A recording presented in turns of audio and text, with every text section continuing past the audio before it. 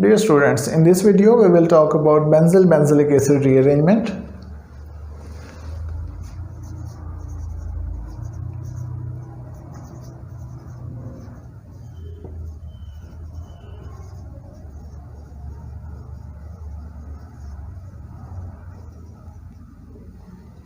Benzyl-benzilic acid rearrangement is the conversion of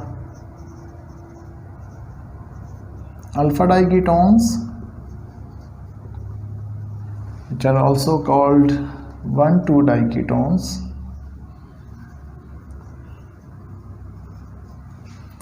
into alpha hydroxy carboxylic acid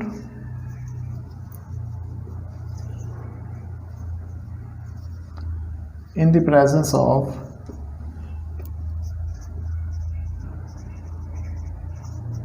base, and most commonly we use hydroxide as base.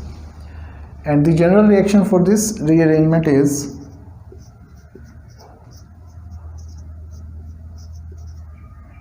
this one. In this case we use hydroxide and we get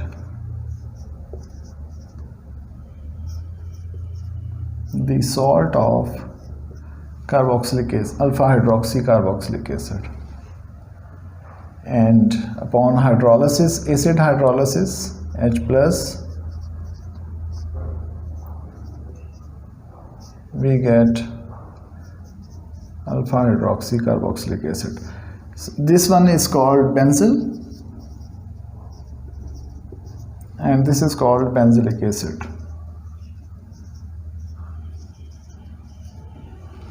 And after their name, it is named as benzyl-benzilic acid rearrangement. Now we see the mechanism.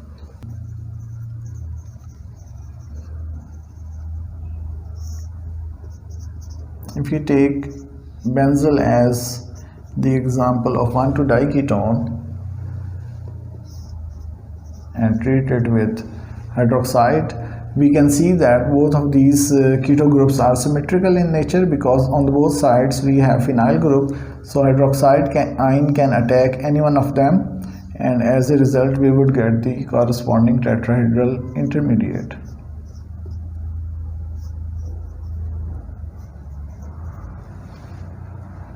And in this case we have a tetrahedral intermediate in which sp3 carbon is attached to two electronegative atoms, so generally this is unstable. This would come back and this phenyl would attack here with its electron pair, and as a result we would get another intermediate.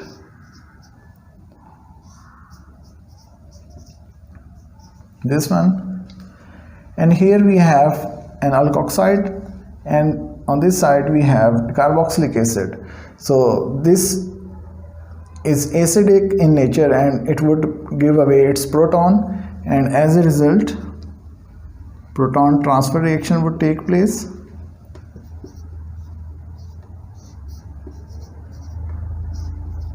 And we will get alcohol here and deprotonated carboxylic acid here, and in the end it would be protonated by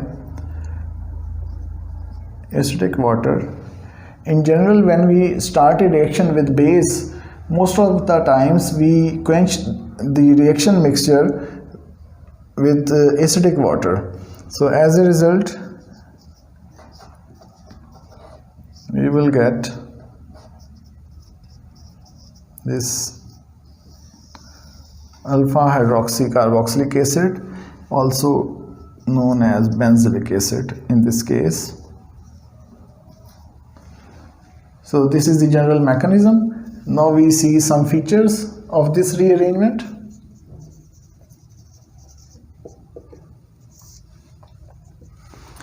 In general, if we use alkyl group here or any aryl group here, both of these types can give this reaction. So any aliphatic or aromatic alpha diketone should give rise to benzylic acid rearrangement under suitable conditions. However, in case of aliphatic alpha diketones,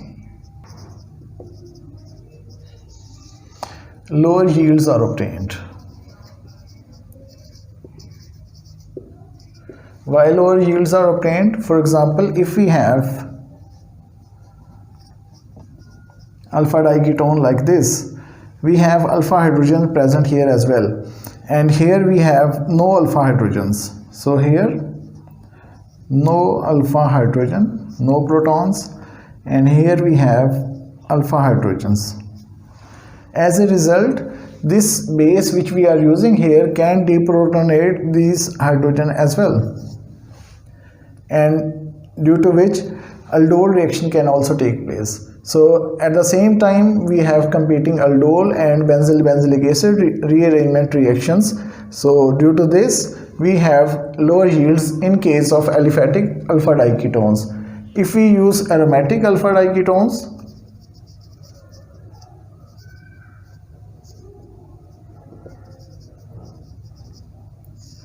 generally higher yields are obtained.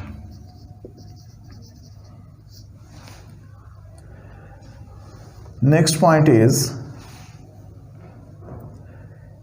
the rate determining step is the rearrangement step. This is the slower and rate determining step, the rearrangement step. So rate determining step is the rearrangement step. In case of cyclic substrates, cyclic alpha diketones, ring contraction can occur.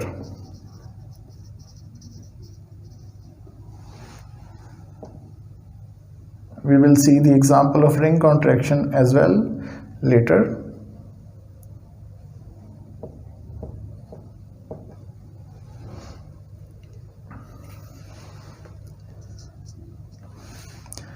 If we use alkoxides or amides in place of hydroxyidine, we can get corresponding esters or amides, and this rearrangement is called benzylic ester rearrangement.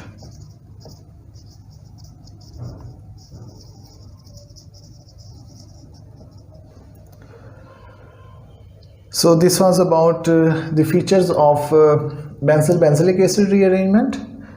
Now we see some examples.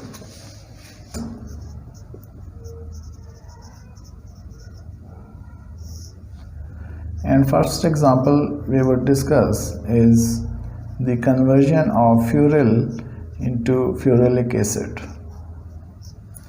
This is called furyl, and it undergoes benzyl-benzilic acid rearrangement in the presence of hydroxide, and later we add H3O positive to quench the reaction.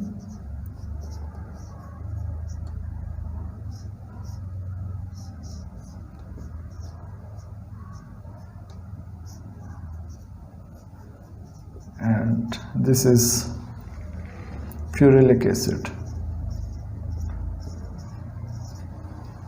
or alpha hydroxy carboxylic acid. This is the functional group, and the carbon next to functional group is called alpha carbon. So hydroxyl is present on alpha carbon, therefore this is also called alpha hydroxy carboxylic acid. And here we have furan ring on both sides, so this is called furylic acid, and it undergoes benzyl-benzilic acid rearrangement under these conditions. Now we see another example.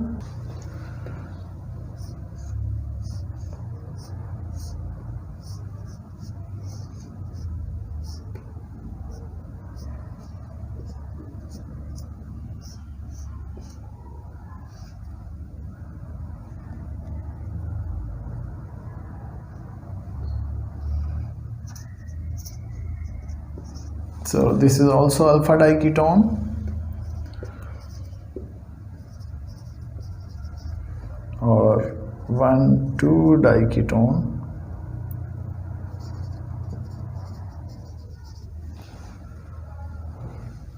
If it is treated with hydroxide, it will attack on any one of them because both are identical in nature.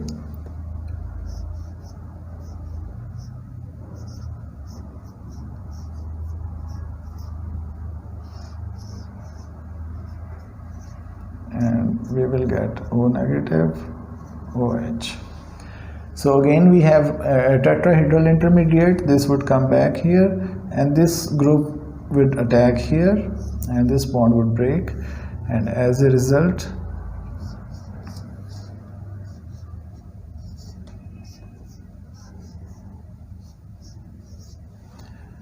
we will get O negative, COOH. If we number it 1, 2, 3, 4, 5, 6, we can see that here we have a tail of an electron pushing arrow, so this bond is broken and new bond is formed here. So this bond would break and this would be on the side. So carbon number 5 would be on the outside ring, outer side of the ring. So we number it again 1, 2, 3, 4, and 4 is now attached to 6 with this bond. This arrow shows that. So 4 is attached to 6 and 6 is attached to 5. So we get ring contraction here because one carbon in this compound is less than this one. So ring contraction takes place, and then proton transfer reaction takes place between these two. And why proton transfer reaction takes place? Because we see here we have alkoxide, and after donating this proton it would become carboxylate. So in this case we have delocalized O negative. This negative charge is delocalized between these two oxygens.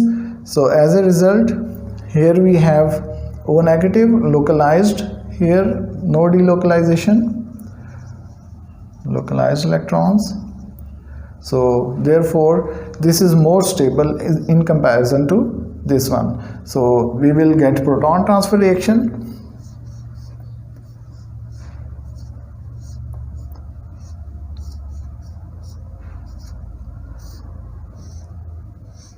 and we will get the salt of carboxylic acid, alpha hydroxy carboxylic acid salt, or salt of alpha hydroxy carboxylic acid, and it would be protonated in the last step, as we have discussed that in general when the reaction is started with a base, it is quenched with acidic condition or acidic water. So we will get alpha hydroxy carboxylic acid derivative.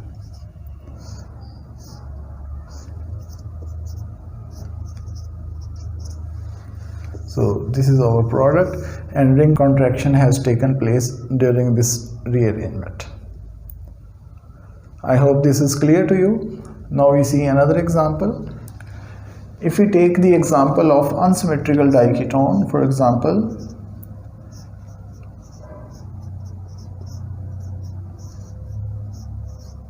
we have nitro group on this ring, and here we have simple phenyl group. So in this case nitro group is electron withdrawing group, and as a result it would make this carbonyl carbon more electrophilic, and as a result hydroxide would attack here, and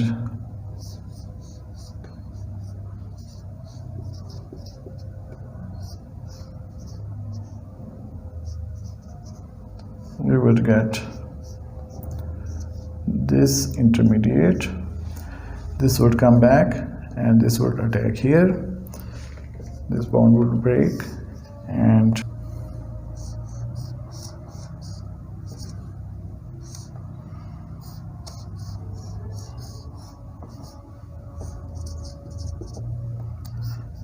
we will get this intermediate proton transfer reaction would take place. So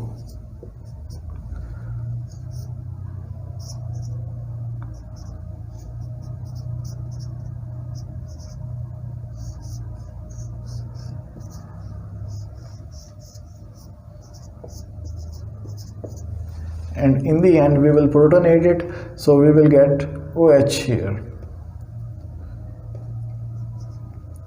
So here we can see the group which has migrated is with electron withdrawing group. So any group on these diketones would migrate in preference which would be having electron withdrawing groups. So this is the migratory aptitude in benzyl-benzylic acid rearrangement. Now an important question is that how would we prepare the starting material of this rearrangement, that is benzyl or alpha diketone?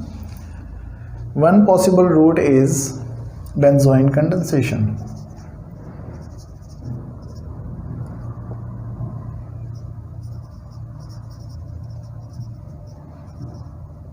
So benzoin condensation takes place generally with aldehydes without alpha hydrogen, and we use cyanide, KCN, NaCN can be used, and it would attack here and we would get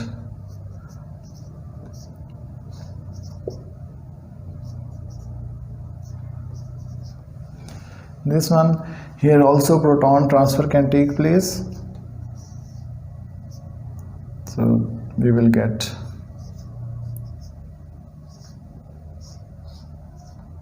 OH, CN and negative charge here. So this proton is taken up by this oxygen with negative charge, and this is intramolecular proton transfer reaction. And this negative charge is also stabilized because of the conjugation here. It can go here and it can break, so we have the possibility of resonance contributing structure. And this anion can attack another aldehyde .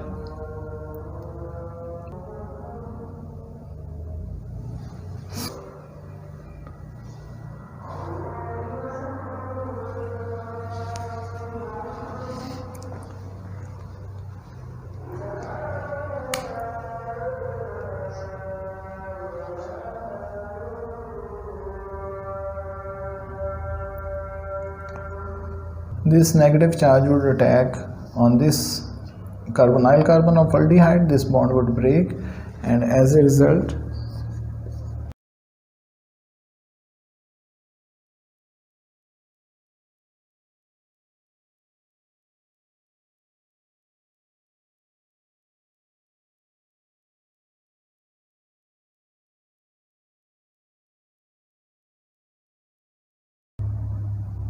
this intermediate.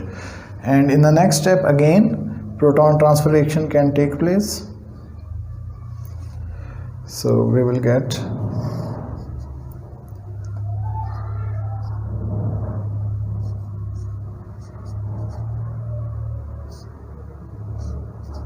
O negative, CN,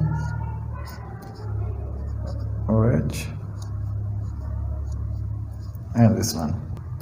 In the next step, this negative charge will shift here, and cyano group, because it's also a good leaving group as well, it would leave to form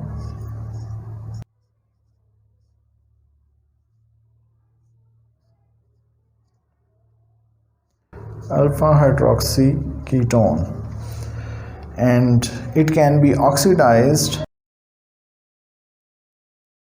to form benzyl. So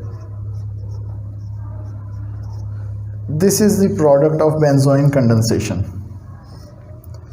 This is also called acetylene, or benzoin, this alpha hydroxy ketone.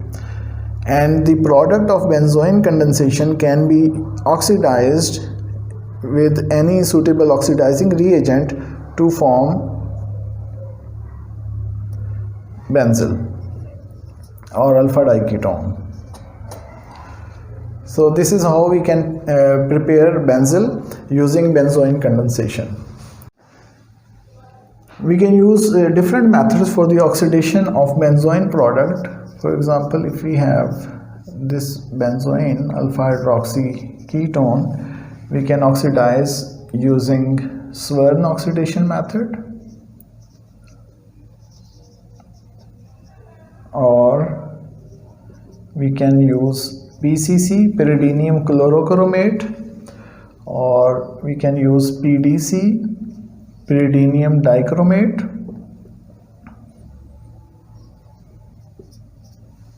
We can also use manganese oxide. Manganese oxide is very helpful for the oxidation of benzylic alcohols, because this is benzyl alcohol derivative, so we can use manganese oxide as well. We can also use Des-Martin periodinane.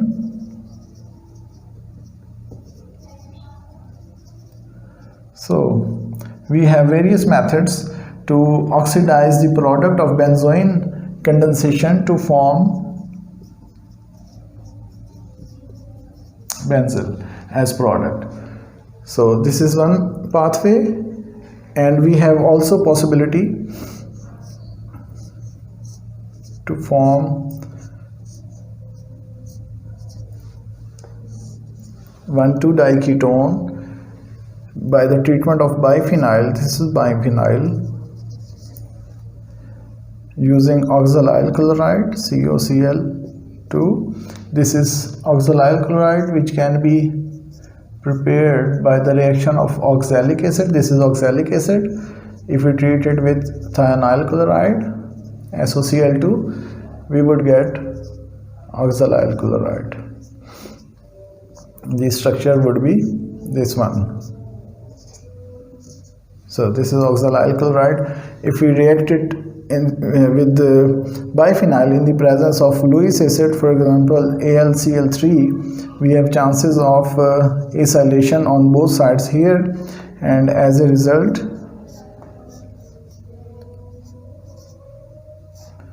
we would get this product. This product can also be obtained by the oxidation of phenanthrene.